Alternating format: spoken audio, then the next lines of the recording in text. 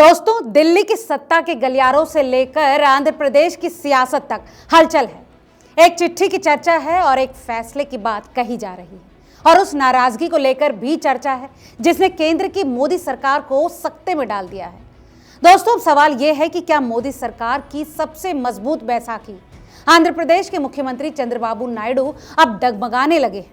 क्या वक्फ बिल पर supreme court के फैसले ने सियासी समीकरणों को पूरी तरह से पलट दिया है?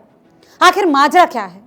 दोस्तों, सबसे पहले बात करते हैं उस चिट्ठी की जिसने दिल्ली में खलबली मचा रखी है।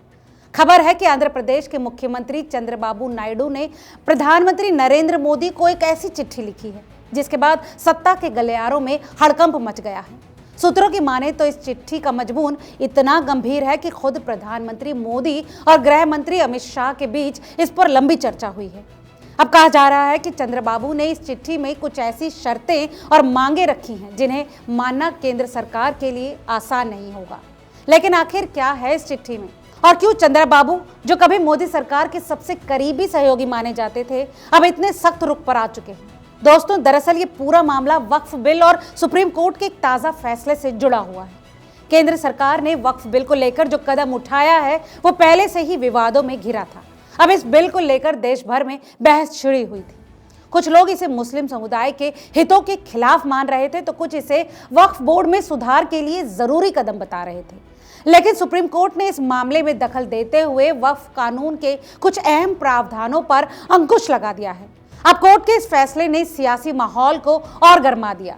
दोस्तों, बीते 72 घंटों में हालात इस कदर बदल चुके हैं कि मोदी सरकार के सहयोगी दल अब खुलकर अपनी नाराजगी जाहिर करने लगे हैं। इतना ही नहीं, इस नाराजगी की सबसे बड़ी वजह बने हैं चंद्रबाबू नायडू, जिन्हें केंद्र की मोदी सरकार की सबसे मजबूत बैसाखी माना जाता है, अब अपनी शर्तों पर अड़े हुए हैं।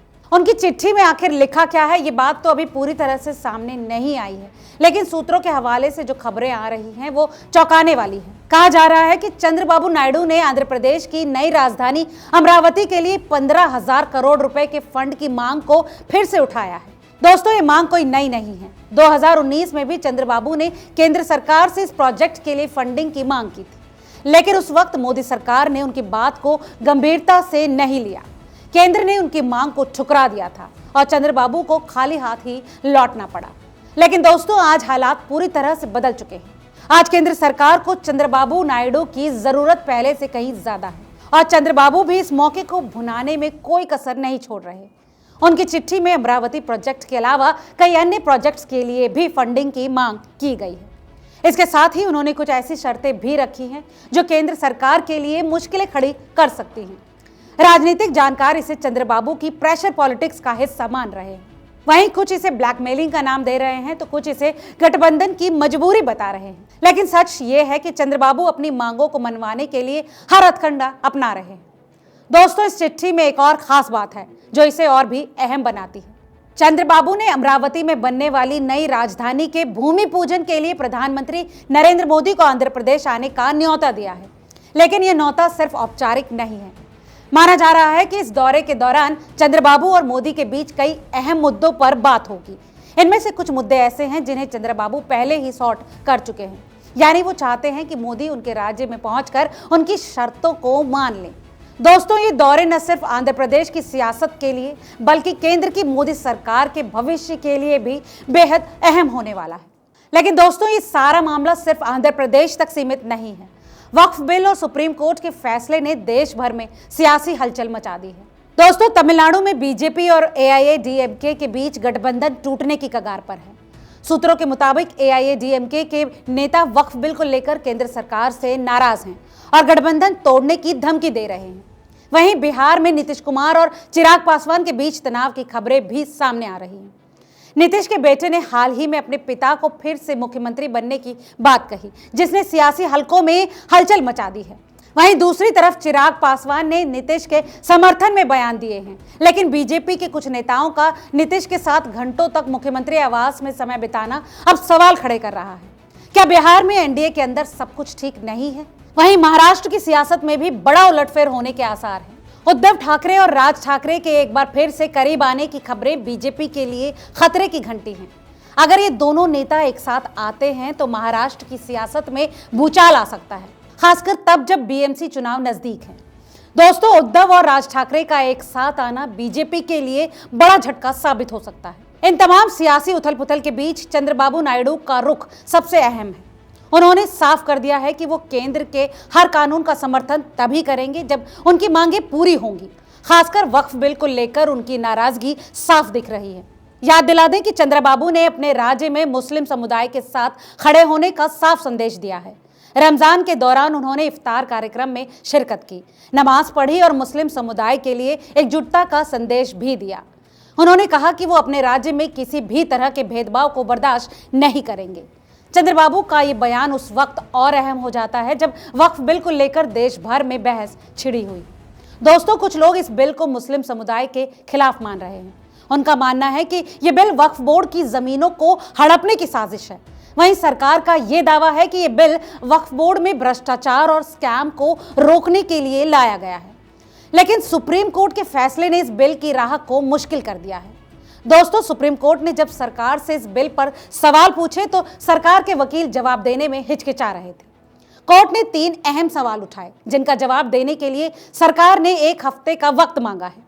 ये स्थिति तब है जब सरकार दावा कर रही थी कि इस बिल के लिए उसने देश भर से लाखों सुझाव और सालों की मेहनत की है। लेकिन कोर्ट में जवाब न दे पाना सरकार की तैयारियों पर अब सवाल खड़े करता है। दोस्तों, अब बात करते हैं चंद्रबाबू और बीजेपी के पुराने रिश्तों की। चंद्रबाबू और बीजेपी का रिश्ता हमेशा से ही उतार चढ़ाव से भरा रहा। साल 1990 के दशक में जब चंद्रबाबू ने एनडीए को समर्थन दिया था, तब भी उन्होंने अपनी शर्तें रखी थी। वहीं 2004 में जब एनडीए की हार हुई तो चंद्रबाबू ने बीजेपी से दूरी बना ली। 2014 में फिर से गठबंधन हुआ, लेकिन 2018 में चंद्रबाबू ने एनडीए छोड़ दिया था और अब 2025 में एक बार फिर चंद्रबाबू अपनी शर्तों पर अड़े हुए हैं।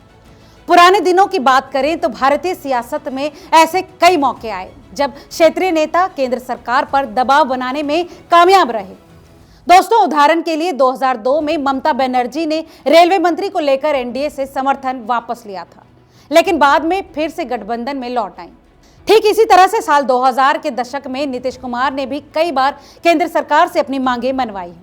दोस्तों, ये इतिहास हमें साफ बताता है कि भारत में गठबंधन की सियासत हमेशा ही एक नाजुक संतुलन का खेल रही है। आज 21 अप्रैल 2025 को सियासी माहौल फिर से उसी दौर से गुजर रहा है। वक्फ बिल, सुप्रीम कोर्ट का फैसला और एनडीए के अंदर बढ़ता तनाव, ये सब मिलकर मोदी सरकार के लिए एक बड़ा संकट खड़ा कर रहे हैं। दोस्तों, बीएमसी चुनाव नजदीक है और महाराष्ट्र में उद्धव और राज ठाकरे के करीब आने की खबरें बीजेपी की मुश्किलें बढ़ाने लगी हैं। बिहार में नीतीश और चिराग के बीच तनाव और तमिलनाडु में एआईएडीएमके के साथ गठबंधन टूटने की आशंका, ये सब मिलकर एनडीए के लिए खतरे की घंटी बजा रहे हैं। ऐसे में चंद्रबाबू नायडू की चिट्ठी और उनकी शर्तें मोदी सरकार के लिए सबसे बड़ी चुनौती बनकर उभर रही हैं। अब सवाल ये है कि क्या मोदी और शाह चंद्रबाबू के सामने झुकेंगे या फिर वो कोई नया सियासी दांव चलेंगे? क्या चंद्रबाबू की मांगें पूरी होंगी या फिर ये नाराजगी एनडीए के लिए और बड़ा संकट खड़ा करेगी? दोस्तों, ये सियासी उठापटक अभी और रोमांचक होने वाली है। आने वाले दिनों में आंध्र प्रदेश में मोदी और चंद्रबाबू की मुलाकात और इसके बाद होने वाली बातचीत केंद्र सरकार के भविष्य को भी तय करेगी। दोस्तों, आप क्या समझते हैं? क्या चंद्रबाबू नायडू की शर्तें मानी जाएंगी या फिर बीजेपी कोई नया दांव खेलेगी? अपनी राय हमें कमेंट करके जरूर बताएं और ऐसे तमाम और अपडेट्स के लिए रिपोर्टर जी को सब्सक्राइब नहीं किया है तो सब्सक्राइब कर ले और इस वीडियो को लाइक और शेयर करना बिल्कुल ना भूलें। बहुत बहुत शुक्रिया।